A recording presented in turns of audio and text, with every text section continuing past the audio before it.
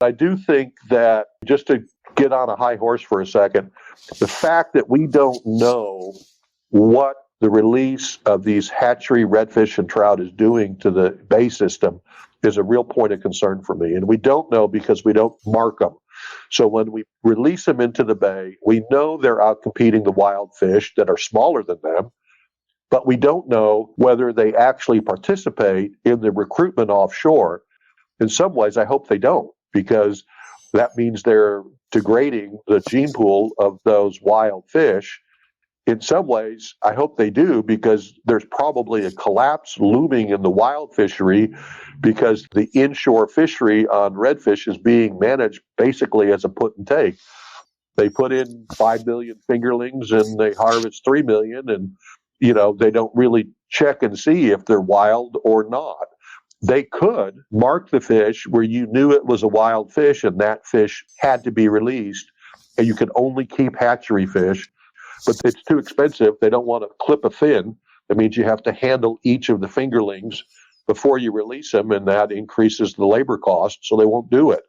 And they don't genetically tag them in any way or put a scan tag like you can on a pet to tell us what impact the hatchery fish are having on the wild fish. But with climate change and with other environmental problems, you want that adaptability that a wild population gives you. If tarpon had died out, we would not be able to replace them with hatchery fish. Whooping cranes, the best thing that ever happened with whooping cranes is that we didn't combine the captive bred population with the wild population, because the original biologist, Robert Porter Allen, told us you'll never have a wild whooping crane if they're all captive bred, because they don't know how to be wild unless their parents teach them. And so we've been very, very fortunate that the parents stayed around long enough to teach. And so we have a recovered population that's still wild. But that isn't true for Atwater prairie chickens. That's gone as a wild species because they're not sustaining themselves through wild production.